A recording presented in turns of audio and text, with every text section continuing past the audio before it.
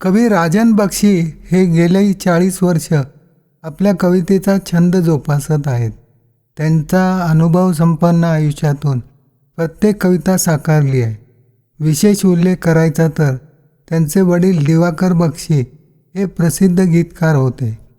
वडिलांचा वसा आणि वारसा राजन यांनी अतिशय प्रेमाने जोपासला आहे. निवृत्तीनंतर कवितेची आवड नवनवीन कवितांतून त्यांनी साकारली आहे. अनुभूती या कविता संग्रहातून राजन बक्षी यांच्या विविध स्पर्शी कविता वाचायला मिळतात. त्यातील काही कविता सुप्रसिद्ध गायिका संगीतकार चारुशिला बेलसरे यांनी संगीतबद्ध करून गायल्या आहेत.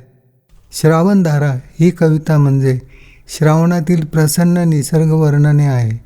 श्रावणधारा झुळझुळ वारा या शब्दातून ही प्रसन्नता अतिशय सहजपणाने प्रकट झाली आहे.